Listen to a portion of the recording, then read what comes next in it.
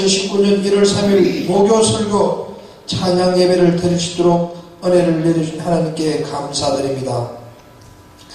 열방 전파교를 통하여 세계 선교 복지 방송이 하나님의 은혜 속에서 238개국 말씀 선포와 찬양과 찬송과 워십, 신앙송, 연주 등을 통하여 하나님 영광을 받아 주시옵소서. 세계 선교 복지하는데 물권, 영권, 인권 어려움이 없도록 큰 축복을 내려 주시옵소서. 오늘 방송에 참석하신 모든 출연자들에게 큰 복을 내려 주시옵소서. 시편 36편 11절에 거만한 자가 내게 발길하지 못하게 하시며 악한 자가 손으로 나를 밀어내지 못하게 하옵소서. 언제 어디서나 필요한 사람이 되게 하옵소서. 기회가 올 때마다 주님의 생명의 복음을 전함이 삶의 기쁨이 되게 하여 주시옵기를 원합니다. 우리 주 예수 그리스도 이름으로 감사하며 기도드렸습니다. 아멘. 찬송가 너 시험을 당해 범죄치 말고 너희 용기를 다해 봄 물리쳐라. 너 시험을 이겨 새 힘을 얻고 주 예수를 믿어 늘 승리하라. 우리 구주의 힘과 그의 위로를 빌라. 주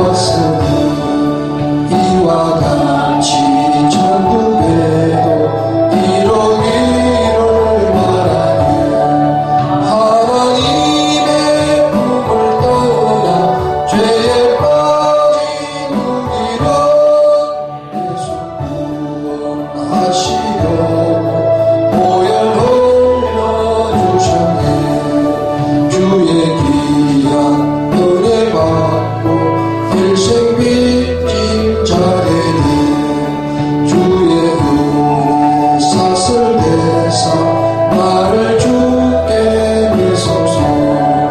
우리 마음은 연약하여 언제 하기 쉬우니 하나님이 받으시고 저국인을 지소서.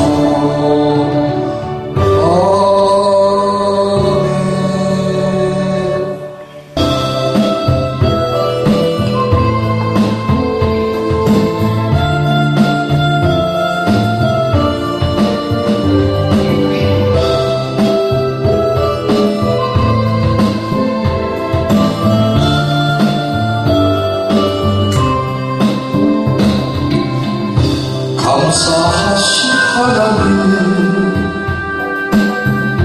에베레셀 하나님, 살아계신 하나님, 에베레셀 하나님, 여기까지 인도하셨네. 감사하신 하나님, 여기까지 인도하셨네. 살아계신 하나님, 감사하신 하나님, 에베레셀 하나님, 살아계신 하나님, 에베레셀 하나님, 감사하신 하나님, 에베레셀 하나님, 살아계신 하나님, 에베레셀 하나님, 장래라도 인도하시니 감사하신 하나님, 장래라도 인도하시니 살아계신 하나님, 감사하신 하나님, 에베레셀 하나님, 살아계신 하나님, 에베레셀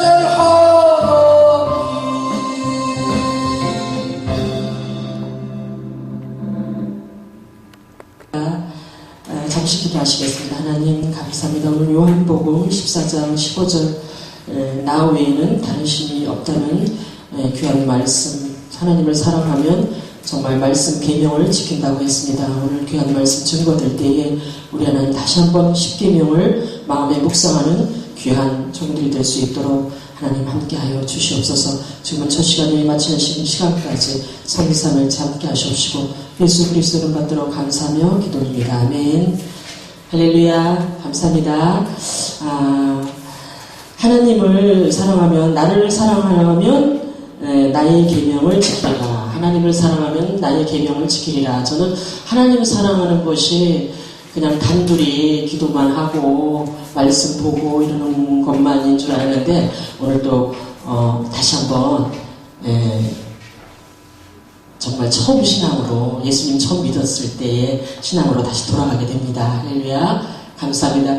우리가 고난받는 것은 이 계명을 지키지 않아서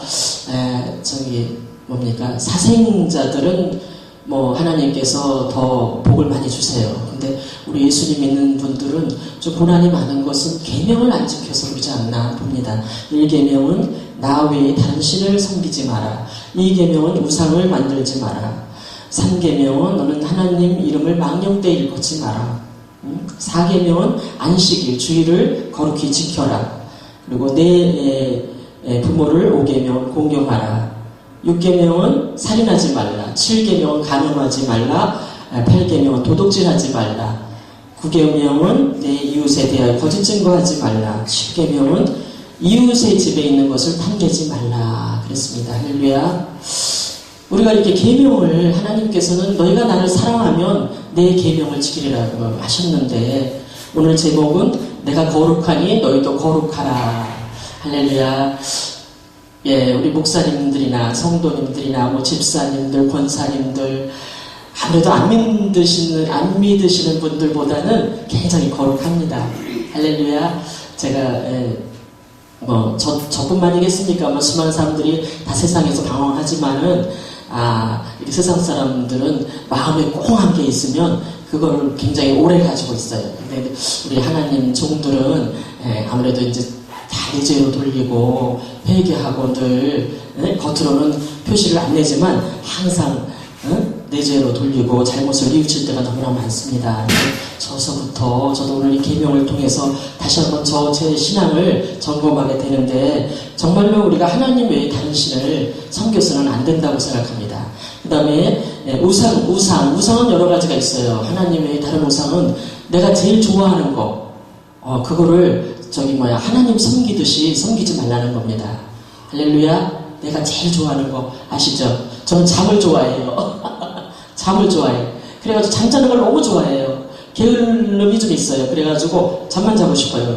시간만 나면 잘라고 들어요. 시간만 나면 어떤 사람은 돈 버는 걸 좋아서 돈 버는 데로 가고, 시간만 나면 어떤 사람들은 핫토를 치러 다니고, 시간만 나면 술 마시고, 나쁜 것들 많잖아요. 그러니까 저 같은 경우는 잠을 자는데 이런 것들을 버려야 되고, 그 다음에 3계명은 너는 너희 하나님 이름을 망령될 거지. 하나님 저도 하나님 저 외치지만 망령되이 하나님을 함부로 아무데나 막 집어넣고 부르지 말라는 뜻입니다. 할렐루야. 내가 잘못해놓고도 하나님이 그렇게 하라고 했다라든지 그래서 잘못되게 말을 하는 경우가 많습니다. 그런 것들을 시정해야 되고, 하나님 이름을 함부로 우리가 남발해서는 또 안 된다고 생각합니다. 4계명은 안식일을 토요일날 안식일이라고 그래가지고 토요일 모이는 데 있어요. 그건 잘못된 겁니다. 할렐루야. 교회에는 주일날 모이는 겁니다. 아멘. 그 다음에 5계명 내 부모를 공경하라. 부모 공경이 굉장히 어렵습니다. 부모 공경.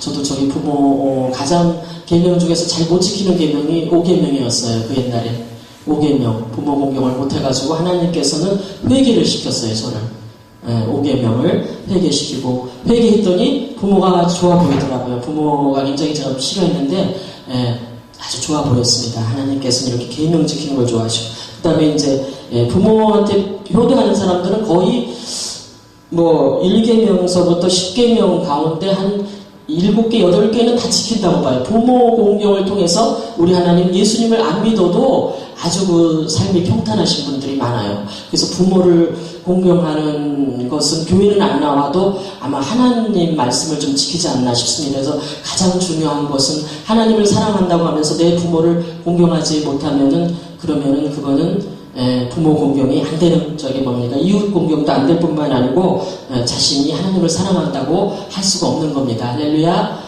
부모 공경, 노인분들한테, 또 부모님이 없으신 분들은 신앙의 부모님들, 또 신앙의 영적인 같은 믿음의 선배님이라든지 연세 드신 분들한테 따뜻하게 대해드리는 것도 부모 공경에 들어갑니다. 그 다음에 6계명 살인하지 말라. 사람 죽이신 적 있으십니까? 저는 사람 많이 죽였습니다. 할렐루야. 제가 재미난 얘기 해드릴게요. 제가 한 100명은 죽였어요. 날마다 죽여요. 그냥 누워서도 죽이고, 앉아서도 죽이고, 걸어다니면서도 죽이고, 하여튼 싫은 사람 있으면, 미운 사람 있으면, 꼴보기 싫은 사람 있으면 맨날 마음속으로 죽이는 거예요. 그러니까 마음이 지옥이에요. 지옥. 그래가지고 난 너무너무 잠이 안 오는 거예요. 너무 사람들을 미워하다 보니까. 자도 누워도 미워하고, 앉아도 미워하고, 서도 미워하고, 그냥 생각만 하면 미워 죽겠는 거야. 그래서 밉다 보니까 너무 괴로워가지고 100명을 밤새도록 죽이려고 하니까 잠이 안 오죠? 그래가지고 서대문 경찰서를 제가 들어갔어요. 서대문 경찰서에 자수하러 갔어요. 내가 사람을 많이 죽였다 그랬어요. 그래가지고 몇 명 죽였니? 100명을 죽였다 그랬어. 100명. 근데 가방을 좀 잠깐 달라고 그러더라고. 가방을 열어보더니 민증을 꺼내보더니 가만히 보니까 사람을 한 명도 안 죽인 것 같은데 자꾸 죽였다고 그러거든요. 그러니까 자기하고 경찰이 뭐라 그러냐면 자기하고 저 다방에 가서 좀 얘기 좀 하재. 그러면서 사람을 어떻게 죽였냐 그래서 맨날 마음으로 죽였다. 내가 자수하러 왔다. 자수하라. 저는 그 당시에 이제 좀 몸이 많이 아파가지고 그랬는데 이제 이게 자수하러 하나님 앞에 나와야 되는데 하나님 앞에 자수를 해야 되는데 경찰서로 갔어요. 경찰서로. 그래가지고 경찰이 막 웃더라고요. 웃으면서 재밌나 봐요, 제가. 자수를 했습니다. 근데 그날 밤에 잠을 잘 자는 거예요. 할렐루야. 그래서 이렇게 살인하지 말라. 살인을 마음속으로만 죽여도 살인입니다. 그다음에 간음하지 말라. 예쁜 여자 다리만 쳐다봐도 간음이라는 남자분들, 혼자 되신 분들 참 힘들죠? 예쁜 여자들만 쳐다봐도 간음이라고 합니다. 예쁜 여자 쳐다봐서 뭐 간음이겠어요? 그렇지만 자꾸 쳐다보면 예쁘다 자꾸 쳐다보면 괜히 이렇게 또 혼자 계시고 하다 보면 안 해보고도 싶잖아요. 솔직한 거죠. 그러니까 그 간음하지 말라는 거는 간음을 마음속으로 했다고 쳐도 하나님 제가 또 여성을 보고 참 오명을 품었습니다. 용서해달라고 회개하면 됩니다. 자꾸 회개하면 그런 생각이 안 들어요. 그러니까 하늘나라 같은 예수님 성전으로 이제 아름다운 여성들도 교회 안에도 이렇게 예수님 성전으로 보게 돼가지고 아름답게 보이지 그게 이쁜 여자는 이제 안 보이게 됩니다. 회개하면 그렇습니다. 8계명 도둑질하지 말라. 도둑질하지 말라. 예, 도둑질을 해서는 절대로 안 됩니다. 할렐루야. 그 다음에 10계명은 이웃집을 탐내지 말라. 이웃집에 전 탐을 많이 내는데 이웃집에 뭐 좋은 것들을 탐내거나 또 물건을 가져가거나 이렇게 하면은 절대로 안 됩니다. 여러분들 성령 안에서 예수님 믿는 분들은 성령 안에서 우리 10계명을 자꾸 묵상할 때 우리 하나님께서 바른 길로 예수 잘 믿는 길로 모두 인도함으로 하나님 나라가 크게 확장될 줄 믿습니다. 감사합니다. 할렐루야. 아멘. 세계선교 복지신문 방송을 시청하시는 시청자 여러분 안녕하십니까? 손찬원 목사입니다. 새해 복 많이 받으십시오. 오늘은 창세기 22장 하나님이 아브라함에게 아들 이삭을 바치라 하고 아브라함은 그 하나님의 명령에 순종해서 이삭을 바치는 구약의 갈보리 사건을 강의하고자 합니다. 하나님께서는 아브라함을 75세에 부르셨어요. 창세기 12장에서. 그래서 약속하신 것이 많은 자손을 주겠다. 그래서 큰 민족을 이루게 주겠다. 그리고 이 가나안 일경 광활한 이 지역을 다 너희 후손에게 주어서 큰 민족을 이루게 주겠다는 두 가지 약속을 하셨습니다. 자, 그런데 아브라함이 99세가 되도록 아들을 주지 않았습니다. 물론 이스마엘이라는 첩의 소생은 주었지만 아내 사라의 몸에서 태어날 상속자는 주지 않았습니다. 그런데 하나님은 내가 약속을 지킨다고 끝까지 아브라함에게 이야기했고 그래서 드디어 창세기 21장에서 아브라함이 100세 때 드디어 하나님이 약속하신 아들을 주십니다. 그래서 아브라함은 100세의 아들을 얻고 그 이름을 이삭이라고 지었죠. 그래서 난지 8일 만에 할례를 하고 잘 키웠습니다. 그 이후에 하나님께서 아브라함을 시험하시려고 이렇게 나옵니다. 성경에 창세기 22장이죠. 아브라함을 시험하시려고 아브라함에게 나타나셔서 하시는 말씀이 너는 내 아들 독자 이삭을 내가 지시하는 한 산에 가서 그를 번제로 드려라 이렇게 이야기합니다. 시험을 하시려고 했다 그랬습니다. 성경에는 시험은 두 가지로 이제 나오죠. 하나는 마귀가 하는 시험, 우리가 걸려 넘어지게 하는 시험, 템프테이션이라고 그래요. 예수님을 시험한 마귀, 그 시험은 바로 그런 시험입니다. 걸려서 넘어지게 하는 시험. 우리의 일상삶 속에서도 마귀는 계속해서 우리를 시험에 넘어지게 만들고 있는 거죠. 또 하나는 우리를 하나님께서 테스트하십니다. 하나님은 우리를 시험에 걸려 넘어지게 하는 그런 템테이션의 시험을 하지 아니하시고 우리를 테스트하는 그런 시험을 하십니다. 그러니까 아브라함의 믿음을 한번 테스트해 보기 위해서 하나님께서 아브라함을 시험하신다고 이렇게 이제 말씀을 하셨어요. 자, 하나님이 약속하시고 75세에 약속하시고 100세가 되어서 아들을 그것도 겨우 하나 하늘의 별과 같이 바닷가 모래와 같이 많이 주시겠다고 약속했는데 25년이 지난 오늘 한 명밖에 안 주었어요. 그런데 그 아들을 지금 번제로 드리라고 말씀하십니다. 번제라는 것은 죽여서 각을 뜨죠. 각을 뜬다는 것은 다 자릅니다. 잘라서 제단에 올려서 불로 살라 하나님께 바치는 제사가 번제입니다. 그 번제를 드리라는 거예요. 아들을 죽이라는 거죠. 그러면서 어떻게 하나님 말씀하시느냐 하니까 내 아들, 내 독자 이삭 이렇게 불러요. 그 무슨 말입니까? 네가 가장 소중히 여기는 너희 생명과 같이 소중히 여기는 그 아들을 내게 너는 바칠 수 있냐 하고 묻는 거죠. 그런데 성경은 거기에 대한 아브라함의 고뇌는 한마디도 기록되어 있지 않습니다. 그리고 바로 다음날 아침 일찍이 아브라함이 아들을 바치려고 꾸리고 나갑니다. 하인들에게 땔감을 지게 하고 아들 이삭을 데리고 새벽같이 떠납니다.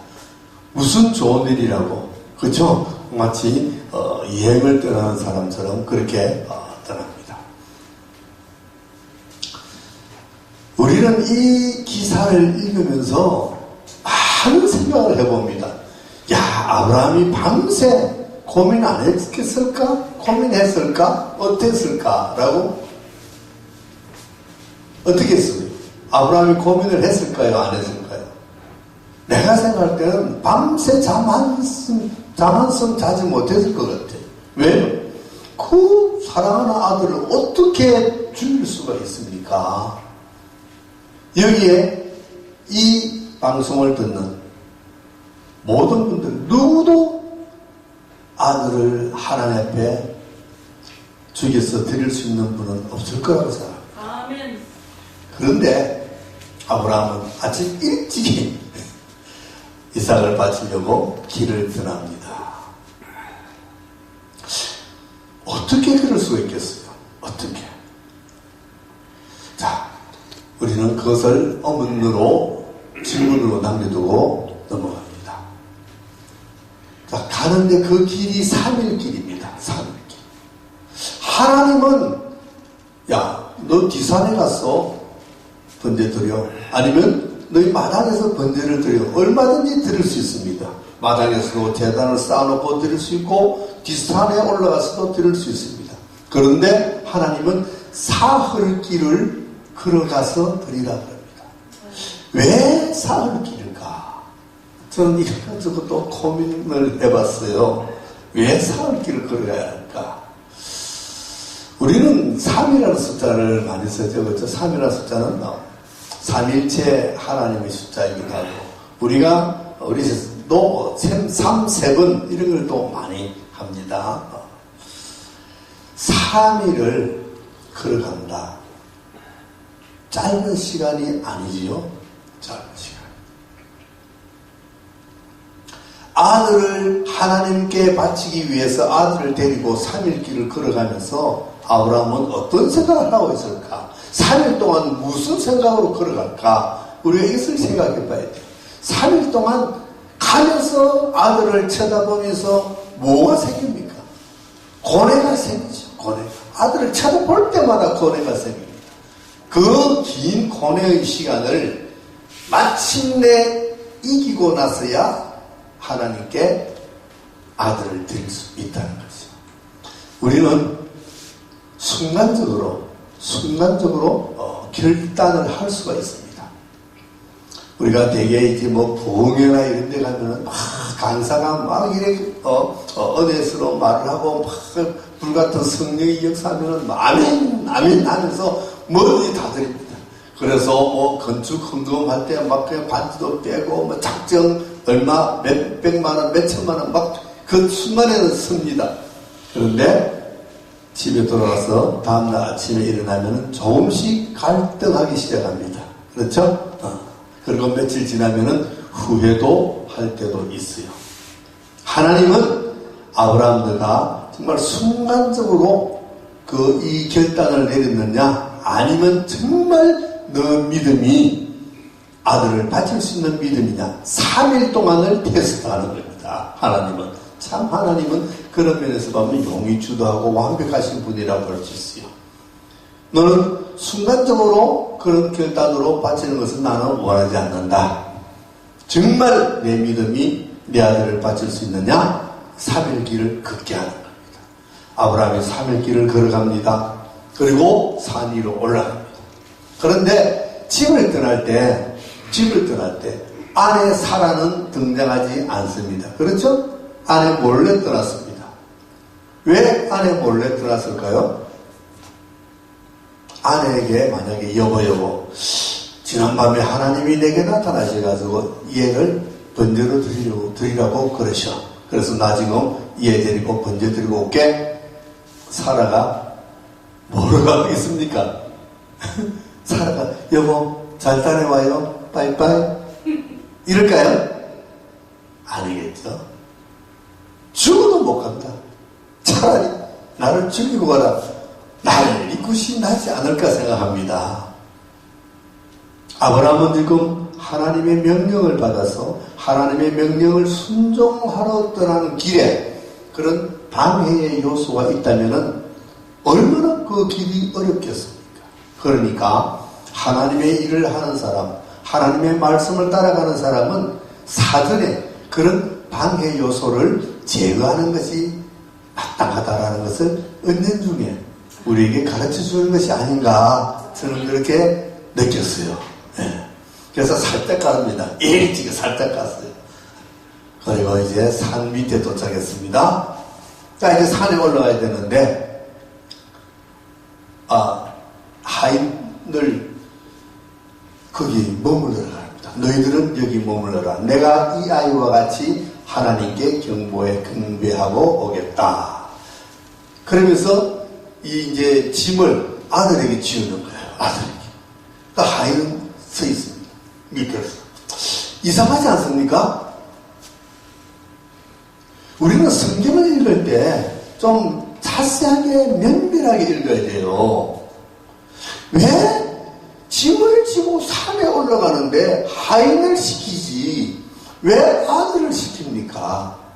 아니 그 생각 안 해보셨어요? 이 성경 이 구절을 엄청나게 우리가 많이 읽어봅니다. 그런데 그렇게 생각 한 번도 안 하셨다면 그 좀 성경 읽는 자세를 좀 바꿔야 돼. 이상하다. 왜 아들을 지게 해요? 하인이 있는데. 이것도 역시 마찬가지입니다. 만약에 하인 둘을 데리고 산에 올라갔어요. 자, 제단을 살짝 쌌어. 다 싸고 나서 자, 이제 내 아들 이삭을 번제로 드릴 테니까 좀 묶어라. 이삭을 묶어서 칼로 찌르려고 할 때 옆에 하인들이 뭐라 그럴까요? 아니 주인님 왜 그러십니까? 에이 어떻게 이런 일을 안 됩니다.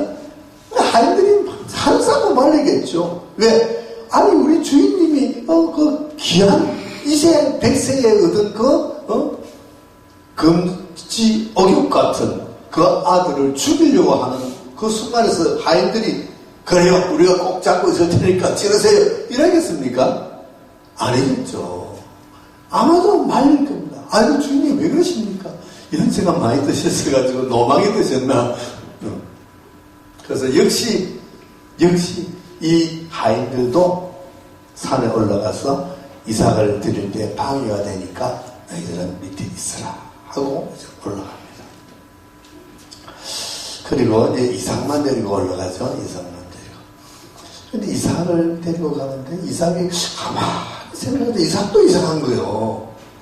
아니 제단에 뗄 나무도 있고 불도 그때는 이제 라이터나 성냥이 없었으니까 불을 준비해서 가지고 불도 있는데 제일 중요한 것이 뭡니까? 제사를 드리려면 재물이죠. 예, 재물. 근데 재물이 없는 거예요. 아버지, 아니 불도 있고 나무도 있는데 왜 재물은 없습니까? 아브라함, 대단 아브라함이 같으면 아이고 이 녀석이 이제야 묻는구나. 아마도 아까부터 묻을까봐 간이 조마조마했을 것 같아. 그런데 아브라함이 뭐라고 대답합니까? 아, 그거 하나님이 하나님 자신을 위해서 다 예비하셨어. 이것은 아브라함이 그 위기를 모면하려는 순간적인 발상일지도 모르지만 그것은 어찌 보면 아브라함의 믿음일지도 모릅니다. 아브라함의 믿음. 아브라함은 아마도 그런 생각을 하고 오지 않았을까. 하나님께서 백세가 돼서 내게 주신 이 아들을 그것도 낳을 수 없는 내 아내 사라의 몸에서, 사라는 이미 경수가 끊어졌고 아기를 생산할 수 없는 몸이었잖아요. 그런데 고목나무와 같은 내 아내의 몸에서 이 낳을 수 없는 이 아들을 하나님이 주셨다면 이것은 분명히 하나님의 선물이다. 그렇다면 하나님이 이 아들을 바치라 그럴 때는 무슨 하나님의 계획과 뜻이 있을 것이다. 이 아들을 주겠다가 다시 살려주시든지, 주시면 다른 똑같은 아들을 다시 주시든지 뭔가 주실 것이다. 그래서 하인들에게도 그럽니다. 내가 이 아들과 함께 경배드리고 돌아오겠다. 내 혼자 돌아오겠다는 것이 아니라 우리가 같이 돌아올게 라고 약속합니다. 그 말 속에서 아브라함의 그런 어떤 내면에 굳은 믿음이 있지 않았을까, 그렇게 생각합니다. 그래서 올라가서 단을 샀습니다. 아들과 함께 단을 열심히 샀습니다. 그런데 성경에는 단 샀는 이야기도 나오지 않고 아들을 묶은 이야기도 나오지 않습니다. 아들을 묶어놓고 칼로 찌르려고 할 때에 바로 나옵니다. 자, 어떻게 묶었을까?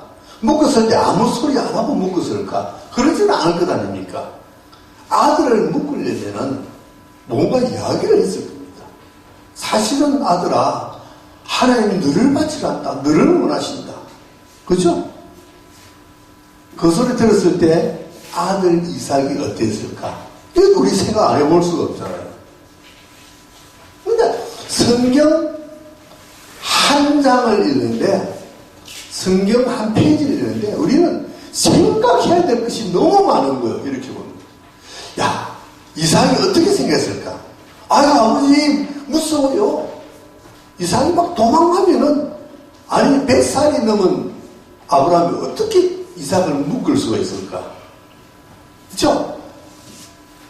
도저히 못 묶습니다. 한 10살만 돼도 우리가 못 잡습니다.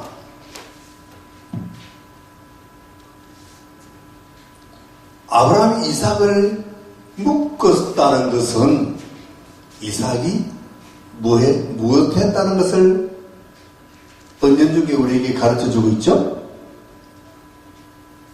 순종, 이삭의 순종. 그렇다면 아브라함은 이삭에게 이야기했을 거예요.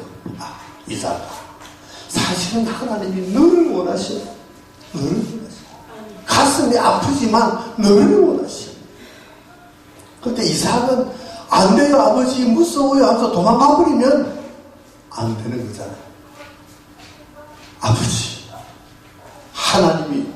아버지의 하나님이 원하시는 대로 제가 제물이 되겠습니다 하고, 또 아들도 하나님의 말씀에 순종했을 때 이 이야기가 성립이 되는 거죠. 그래서 묶었고, 아브라함이 아들을 칼로 내리 찌르려고 할 때 하나님의 사자가 나타났어. 아브라함아, 아브라함아, 그 아이에게 손대지 마라. 아무 말도 하지 마라. 내가 내 아들을 내 독자로도 아끼지 아니하고 내게 바치려고 했으니 이제야 네가 나를 경외하는 줄 알았다. 하나님 테스트에 뭐 한 거죠? 합격한 거죠. 합격. 그래서 우리가 추측할 수 있는 것은 이 정도입니다. 우리가 성경을 읽고 이 사건을 추측할 수 있는 것은 이 정도입니다. 그런데 유대인들은 전승이라는 것이 있어요. 전승이라는 것이. 전승이라는 것은 뭐냐면 입으로 흘러내려오는 구전된 이야기. 그것을 이제 이 사람들은 구전토라라고 그래요. 구전토라. 토라라는 것은 율법서를 이야기합니다. 히브리인들이 토라라고 이야기할 때는 율법서, 창세기, 출애굽기, 레위기, 민수기, 신명기, 모세오경을 그들은 토라라고 그래요. 토라. 그리고 그 토라가 그들에게는 가장 중요한 책입니다.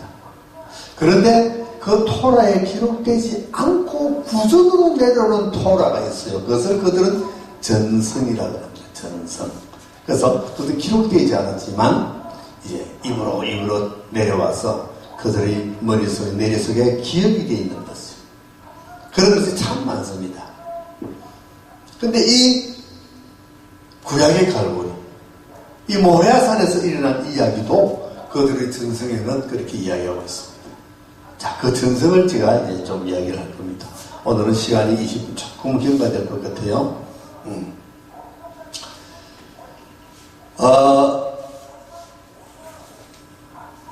이때 이삭이 이 모리아산에 올라가서 하나님의 제단, 제물로 드려지는 이 사건을 일할 때 과연 이삭이 몇 살이었을까?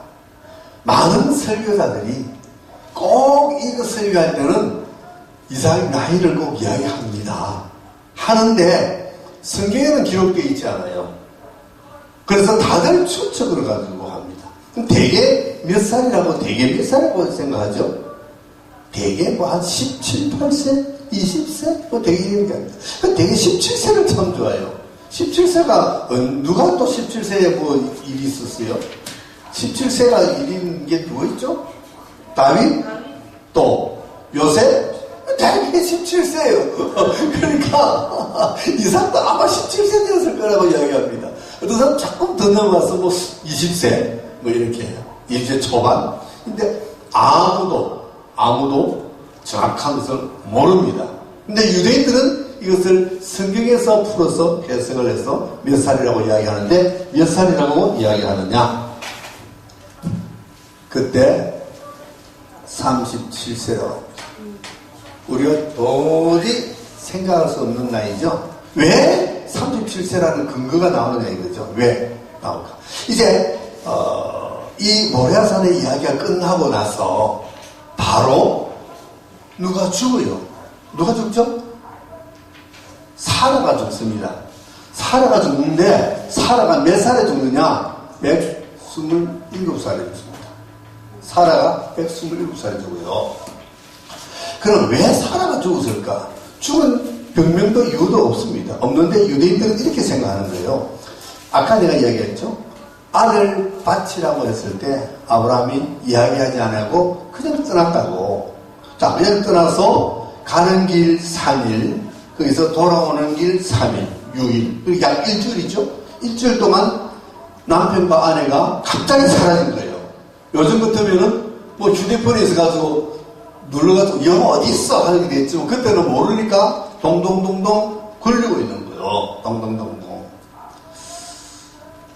근데 이제 우리가 생각해보면 한 일주일 후에 남편하고 아들 정 나타났어.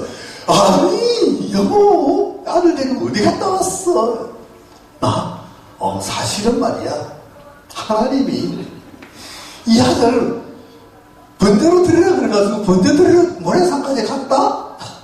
이야기할 거 아니에요. 갔는데 칼로 찌르려고 하는데 이렇게는 막 사라가 지금 가슴 문제 되겠어요. 그 바람에 심장병이 나가지고 수일에 죽은 거예요. 이제 그들의 전성에는 하나님의 사자가 나타났다고 이야기합니다. 하나님의 사자가 나타나서 사라에게 그 이야기를 해줬다 그래요. 그들의 전성에는.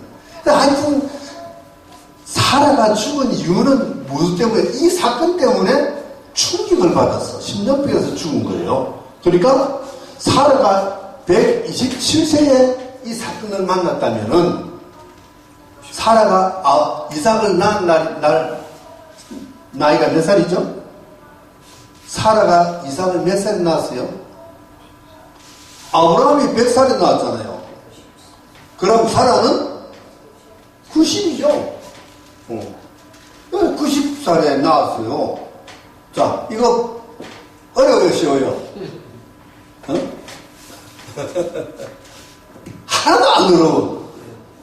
이래서 37세라는 숫자가 이 성경에 이제 가장 합리적이고 가장 좀 추리할 수 있는 숫자가 나오는 거예요. 우리가 17세, 20세 이거는 그냥 오는 느낌으로 이야기한 거고, 이거는 나름대로 근거를 두고 하는 이야기예요. 그래서 이제 이런 이야기도 우리가 알아놓으면 재미가 있어요. 그래서 목사님들 설교하실 때 여기 항상 이야기해 주면은 좋습니다. 그래서 목사님들 꼭 이거 아셔야 돼요. 자, 그래서 갔는데 아까 이제 그 모래산에 도착해서 올라갈 때 아들이 물었다 그랬죠? 이삭이 물었습니다. 근데 성경에는 그래, 하나님이 자신을 위해서 친히 예비하신다라고 기록이 되어 있지만, 유대인들은 사실은 이때 아브라함이 아들 이삭에게 바로 이야기를 해준다는 거예요. 사실은 얘야, 하나님이 너를 원하시오, 이렇게 해준다는 겁니다. 그런데 이 이야기를 들은 이삭이, 네, 아버지의 하나님의 뜻대로 순종하겠습니다 하고 올라간 거. 그렇기 때문에 단을 살 때도 이삭이 아버지 빨리 삽시다. 그래서 막 단을 샀고 염청을 바르고 한 다음에 아버지 이제 저를 꼭 묶어주세요. 저를 꼭 묶어주세요. 왜? 내가 혹시 두려웠어. 아버지가 칼로 찌르려고 할 때 내가 두려워서 몸부림치다가 내 몸에 상처가 나면은 하나님께 드리는 흠없는 제물이 되지 못하지 않습니까? 라는 이야기를 했다는 거예요. 이것이 아들의 믿음이에요. 그래서 꼭 묶어주세요.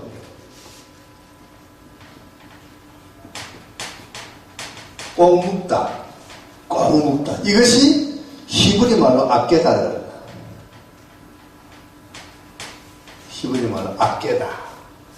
그래서 유대인들은 이 아깨다라는 말만 나오면은 가슴을 치고 누구를 생각했어? 이삭을 생각했어. 자, 아들을 하나님께 바치려고 아들이 가슴에 칼을 꽂으려 하는 아버지의 믿음이 큰가요? 아니면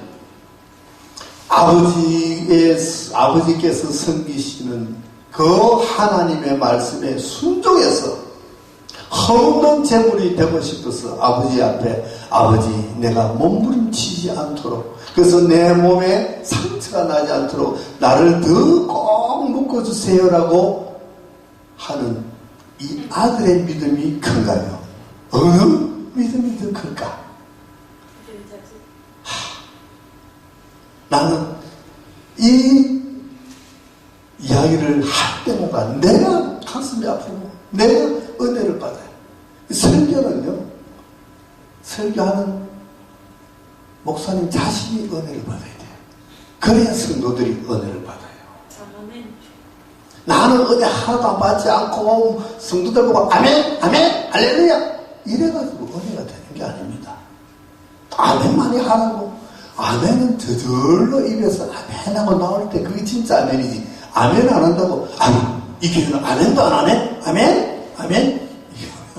이만 안 해요. 할렐루야? 할렐루야 안 해요. 나는 설교 때 한 번도 아멘, 할렐루야를 하지 않습니다. 그런데 성도들이 은혜 받으면 저절로 아멘, 아멘.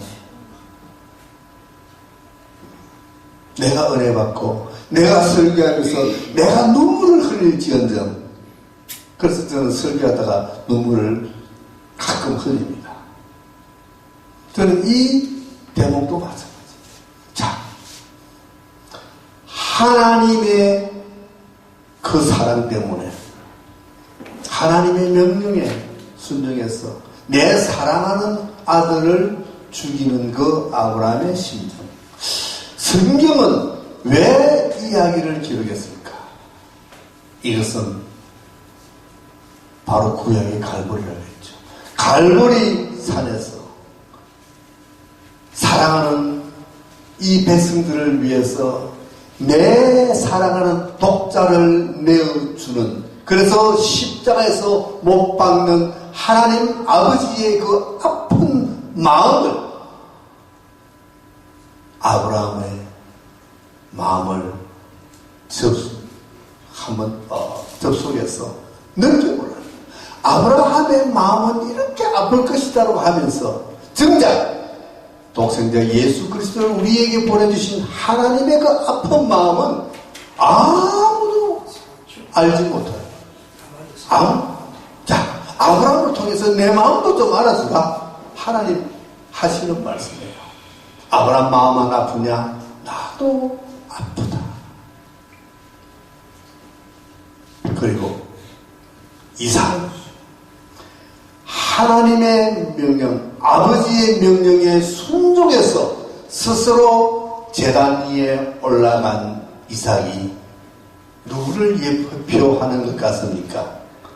바로 예수 그리스도. 두렵고 좀 떨리지만, 그러나 아버지여, 이 잔이 내게서 지나갈 수만 있다면 지나가게 해주십시오. 그러나 내 원대로 마옵시고 아버지의 원대로 되시기를 원합니다라고 겟세마네 동산에서 기도하시던 그 예수님의 모습, 그 모습이 바로 이 모리아산에서 제단 위에 누워서 아버지 나를 더 꼭 묶어주세요 하는 이 이삭의 모습으로 나타나는 거예요. 그래서 우리는 구약 창세기를 읽으면서도 거기서 예수 그리스도의 모습을 우리가 볼 수 있다면 우리는 성경을 제대로 읽은 것입니다. 오늘 이 창세기 22장의 이 강의는 그런 의미에서 우리에게 큰 충격을 줍니다. 성경을 어떻게 우리가 읽어야 하는가? 성경을 보는 눈이 어떻게 달라져야 하는가? 구약 속에서 예수 그리스도를 찾아내는 우리의 안목이 우리에게는 필요합니다. 자, 오늘은 여기까지 하겠습니다. 시청해 주신 여러분 감사합니다. 할렐루야. 예수님이 하나님의 아들이십니다. 예수님이 이 땅에 죄 많고 허물 많은 이 땅에 우리를 구원하시려고 오셨습니다. 얼마 전에 저희가 성탄절을 보냈습니다마는 이 성탄절의 의미를 가만히 생각해 보면은 예수님께서 왜 이 땅에 탄생하셔서 이렇게 우리를 이토록 사랑하실 수밖에 없었는지, 예수님은 하나님의 형상을 입으셨다 그랬습니다. 예수님의 얼굴에 하나님의 영광으로 입고 오셨다 그랬습니다. 그 예수님을 오늘 우리가 바라보고 믿으면서 우리는 구원을 얻는다고 했습니다. 주님을 믿으면서 그 주님의 얼굴에 빛이 우리 마음에 비칠 때 우리가 이 땅에서 살아가면서 우리가 보지 못하던 나와 모든 사람들의 마음 안에서 심령을 들여다볼 수 있고, 그 심령 안에서 얼마나 우리가 땅에서 죄 많은 세상에서 살아가고 있는지를 우리가 알 수 있을 것입니다. 오늘 제가 하나님 말씀은 전할 것은 사도행전 4장 12절 말씀, 다른 이로서는 구원을 받을 사람이 없다, 이런 말씀입니다. 제가 오늘 얼마나 은혜를 받았는지요. 이삭이 그렇게 아브라함을 통해서 자신이 제물이 되어서 그 제단에 올라가는데, 아버지여 나를 꼭 묶어 주시옵소서. 이 제물이 흔들리지 않도록 주여 나를 꼭 묶어 주시옵소서. 하나님 아버지께 내가 할 수만 있다면 이 십자가를 내가 아버지여 지는데 부족함이 없이 이 잔을 다 마시게 해주시옵소서. 주님이 그 쓴자를 놓고 우리 죄를 위해서 놓고 십자가에 못 박힐 때 베드로가 그렇게 말을 했습니다. 주여, 아버지여, 내 주여, 구태여 이렇게까지 하셔야 됩니까? 피하시옵소서. 그럴 때 예수님은 사단아 물러가라. 네가 어찌하여 내 아버지의 뜻을 막으려 하느냐 말이죠. 주님은 십자가를 지심으로 말미암아서 온 세상 인류를 구원하시는데 어찌하여 이 십자가를 지지 못하게 하느냐. 오늘 우리는 하루하루 살아가면서 수많은 일들에 부딪히고 살아갑니다. 여러분, 하루를 산다는 것은 우리가 하루를 사는 것이 아니라 주님이 우리에게 하루가 천년 같고 천년이 하루 같은 시간을 우리에게 주셨다고 말씀하셨습니다. 이 하루를 살아가는데 내가 하루만 사는 것이 아니라 하나님의 이 영계 안에서는 천년을 사는 것과 같습니다. 그런데 이 하루 같은 이 천년 같은 하루 속에서 얼마나 우리 많은 인간적인 내면의 요소와 또 삶을 살아가면서 부딪히고 또 우리 신앙인들도 마찬가지 하루하루 살아가면서 얼마나 고뇌하고 갈등하고 고통하십니까? 저는 새벽에 늘 내 자신이 신앙생활을 하지만 부끄러운 것이 너무 많습니다. 그래서 새벽 예배를 끝나고 나면은 무조건 한 3시간 정도 이 띠를 두르고 할렐루야 띠를 두르고 거리에 나가서 날마다 전도를 합니다. 그런데 나는 하나님으로부터 예수님으로부터 구원을 받았으니까 나는 제가 다 사해졌겠지 하고 굉장히 의로운 사람처럼 제가 살아가고 있다는 것을 전도하면서 알게 됩니다. 저도 모르게 기도하고 예수님 믿으셔야 됩니다. 예수님 믿으면 구원받습니다. 예수 믿으면 모든 죄와 허물이 다 사해집니다. 자신만만하게 제가 전도를 하는 거예요. 그런데 이 입술로 제가 예수님을 전할 때마다 예수 믿으셔야 됩니다. 예수님의 구원받습니다 하고 외칠 때마다 그럼 너는 그렇게 살고 있느냐? 내 자신에게 하염없는 질문이 던져지는 걸 알았습니다. 내가 여러분 예수님의 하나님의 아들이십니다. 천하의 예수에는 구원받을 자가 없습니다 하면서 내 자신은 왜 이렇게 허전하고 공허한 때가 많은지 내가 정말 진정 예수님을 사랑하고 믿고 있는지 의심이 될 때가 많습니다. 여러분 하나님 믿으세요. 예수 믿으세요. 하나님 우리를 너무나도 사랑하십니다.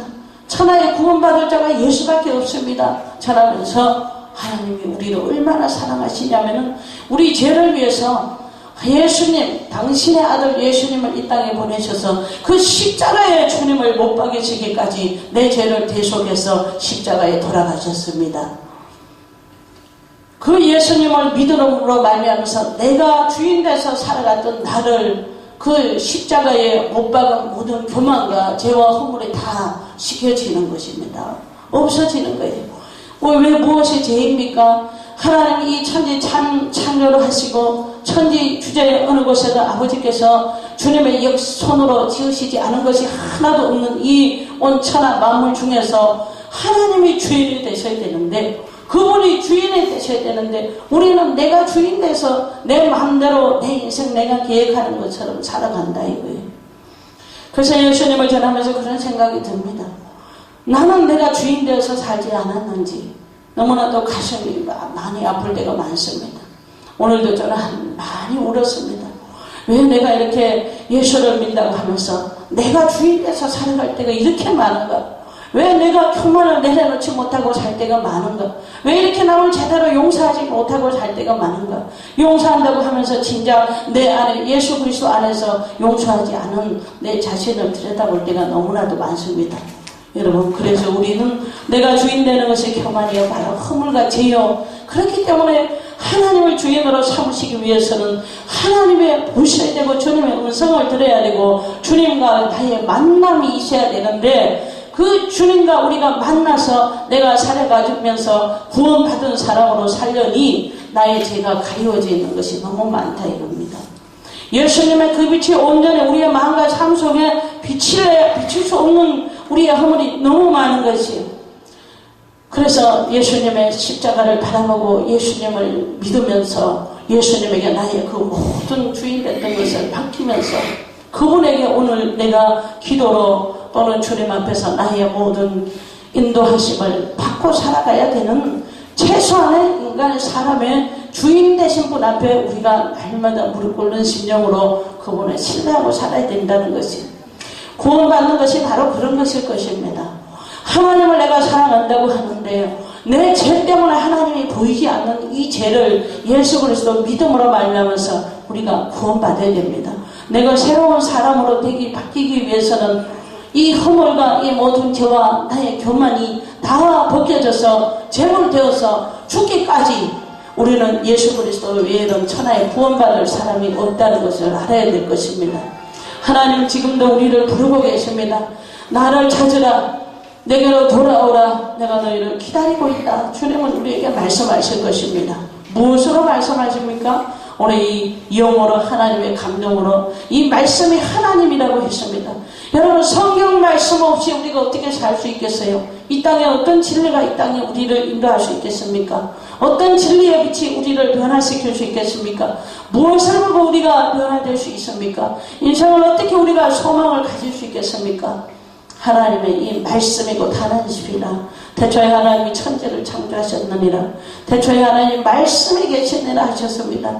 이 말씀을 가지고 하나님이신 영이신 이 진리의 말씀을 가지고 오늘 우리 자신을 들여다보면서 우리 사회 모든 돌아가는 이 현상을 바라보면서 이 또 나라와 민족과 모든 것을 우리가 이 말씀 안에서 온전히 정말 우리가 이 죄에서 벗어날 수 있는 것은 예수 그리스도를 믿을 수밖에 없다는 것입니다. 예수님을 믿음으로 우리가 구원을 받습니다. 오늘 본문 말씀이 다른 이로서는 구원을 얻을 수 없나니 천하 인간의 구원을 얻은 만한 다른 이름을 우리에게 주신 일이 없습니다 하고 본문은 말씀하고 있습니다.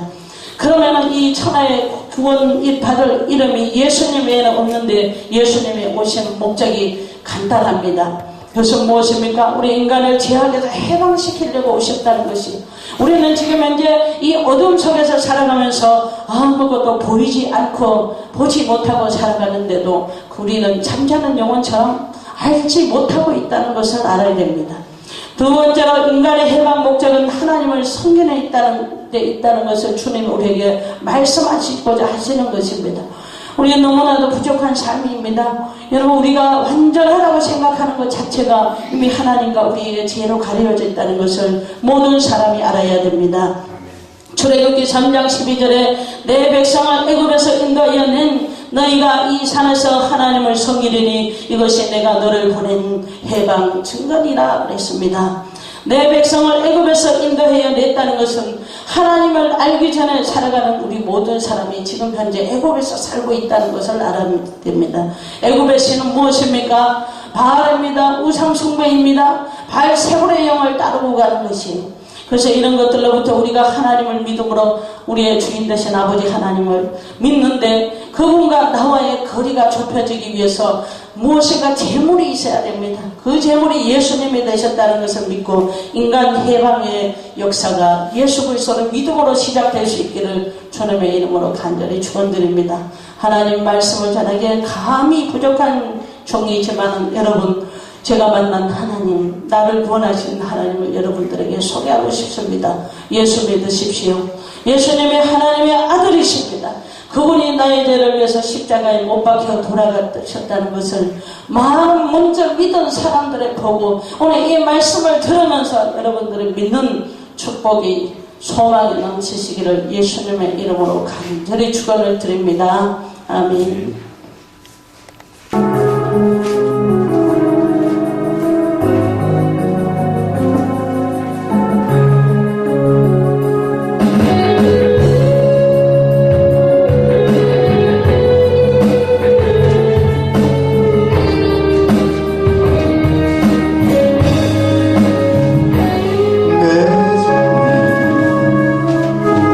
무겁고 힘이 드냐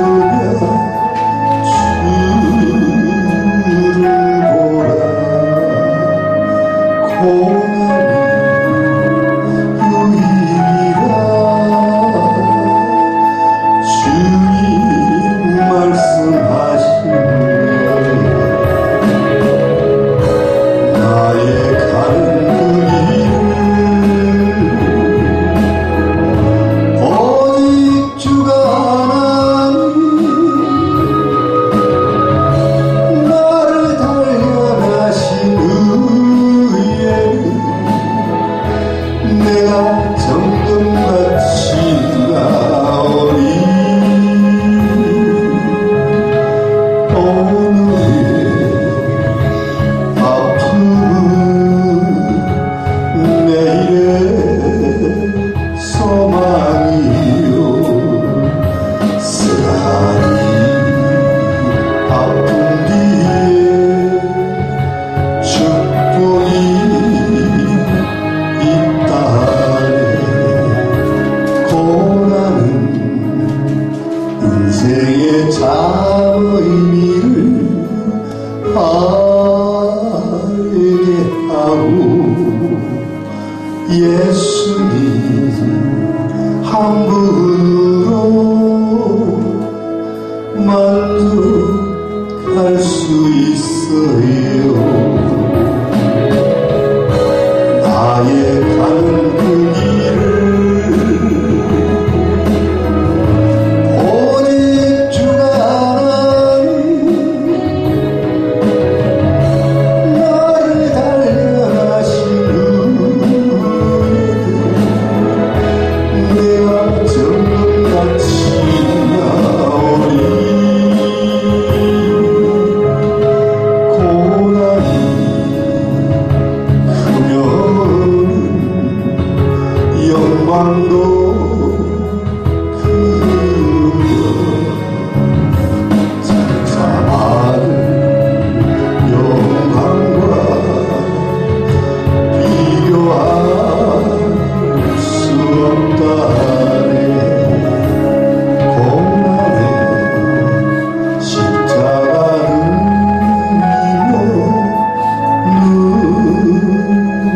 능력이라. 주님을 따르는 자 십자가 져야만 하리.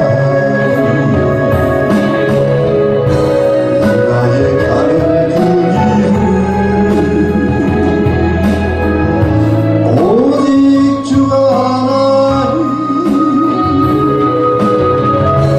나를 단련하신 후에는 내가 정금같이 나오리. 좋은 길 가는 자 생명이 영광의 십자가 진 후에 멸류관이 있으리.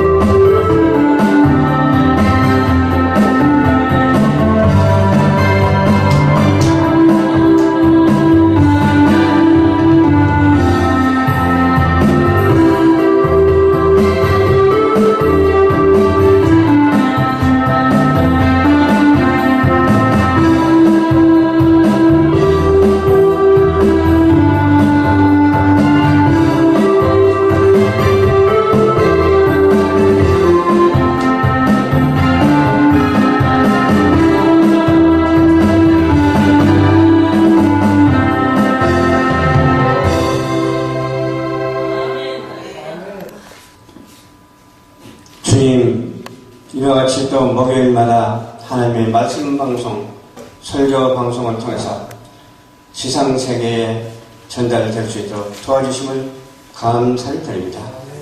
예물을 주님 앞에 드렸습니다. 드린 손길마다 주님께서 함께하여 주시고 수십 배, 수백 배, 수천 배의 축복을 부어 주시옵소서.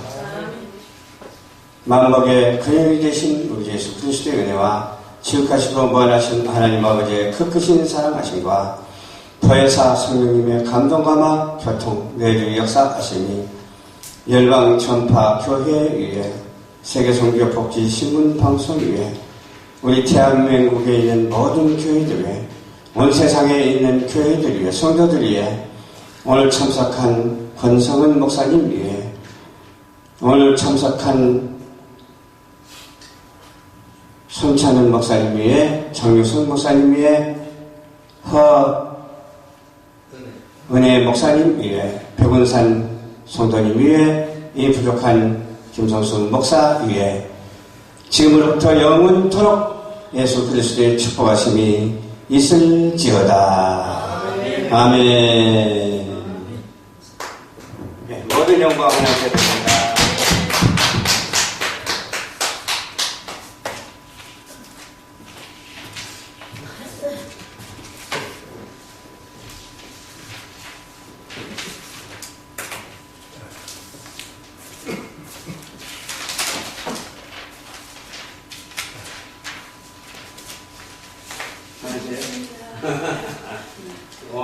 권성원 목사님 그냥 찬양하고 가시겠습니까? 녹화 없이 찬양하고 가시겠습니까? 네. 누가 하세요? 아니야. 제가 잘 부르는 곡이 나와서 남자분 부르고 저에게 전화되네요. 아, 그래요? 처음이에요. 그렇죠. 남도리 목사님은 찬양 사역자예요. 우리 황 목사님 오늘 잘 오셨어요. 조금 더 일찍 하시면은 22장 가게 되면서 필요했는데. 북이에요. 북에 여기 계세요? 예? 아니, 목사님은 인천이 목사님이요. 목사님이 교회가 되시고 여기 목사님도 인천. 여기 목사님도 인천. 설교 때 목사님 교회가 돼 있는데. 아, 그래요? 예.